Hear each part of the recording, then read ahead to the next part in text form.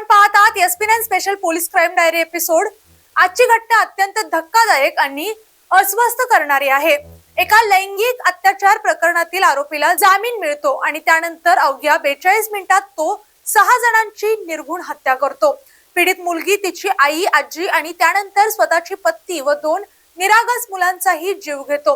4 दिवस पोलिसांना चकवा दिल्यानंतर तोच आरोपी मृत अवस्थेत सापडतो।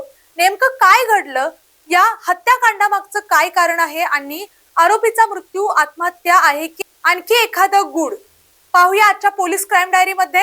ही धक्कादायक घटना तेलंगणातील रंगारेड्डी जिल्ह्यात घडली। राजकुमार नावाच्या व्यक्तीवर 17 वर्षीय अल्पवयीन मुलीवर लैंगिक अत्याचार केल्याचा आरोप होता। पीडित मुलीच्या तक्रारीनंतर आरोपी विरोधात POCSO कायद्याअंतर्गत गुन्हा दाखल करण्यात आला। मात्र तुरुंगातून बाहेर पडताच त्याने असा रक्तरंजित थरार घडवला की संपूर्ण देश हादरला। 10 जुलैच्या रात्री आरोपी थेट पीडित मुलीच्या घरी पोहोचला। धारदार शस्त्राने त्याने प्रथम अल्पवयीन मुलगी, तिची आई आणि आजीवर हल्ला केला। या तिघींचा जागीच मृत्यू झाला। काही माध्यमांमध्ये मुलीवर पुन्हा लैंगिक अत्याचार झाल्याचा संशय व्यक्त करण्यात आला आहे। मात्र या दाव्याला अद्याप अधिकृत पुष्टी मिळालेली नाही आणि तपास सुरू आहे। यानंतर आरोपी स्वतःच्या घरी गेला। तिथे त्याने स्वतःची पत्नी आणि 2 लहान मुलांवरही चाकूने हल्ला करून त्यांची हत्या केली। अवघ्या 42 मिनिटात 6 जणांचा जीव घेऊन आरोपी फरार झाला। या सामूहिक हत्याकांडानंतर तेलंगणा पोलिसांनी आरोपीचा शोध घेण्यासाठी अनेक विशेष पथके तयार केलेली आहेत। सीसीटीव्ही, मोबाईल लोकेशन, तांत्रिक तपास आणि स्थानिक माहितीच्या आधारे शोध मोहीम सुरू होती। राज्यभरात नाकाबंदी करण्यात आली होती, मात्र आरोपी 4 दिवस पोलिसांच्या हाती लागला नाही। घटनेनंतर 4 दिवसांनी रंगारेड्डी जिल्ह्यातील पांजरला गावाजवळ आरोपी राजकुमारचा मृतदेह आढळला। प्राथमिक माहितीनुसार त्याने विष प्राशन करून आत्महत्या केली असावी असा संशय व्यक्त करण्यात येत आहे।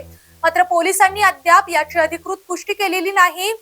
शवविच्छेदन अहवाल आणि फॉरेन्सिक तपासानंतर मृत्यूचे नेमके कारण स्पष्ट होणार आहे। त्यामुळे आत्महत्या की हत्या हा प्रश्न अद्याप अनुत्तरित आहे।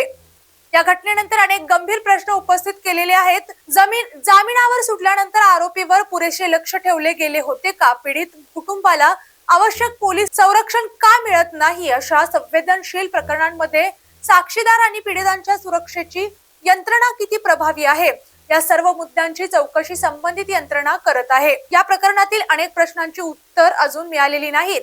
मात्र एक गोष्ट स्पष्ट आहे, लैंगिक अत्याचार, सूड भावना आणि हिंसाचार यामुळे 6 निराधार व्यक्तींना आपला जीव गमवावा लागला। या घटनेत काही बाबींचा तपास अद्याप सुरू असल्याने अधिकृत तपास पूर्ण होईपर्यंत कोणत्याही अपुष्ट दाव्यांवर विश्वास ठेवू नये। तपासाचा निष्कर्ष समोर आल्यानंतर संपूर्ण सत्य स्पष्ट होईल।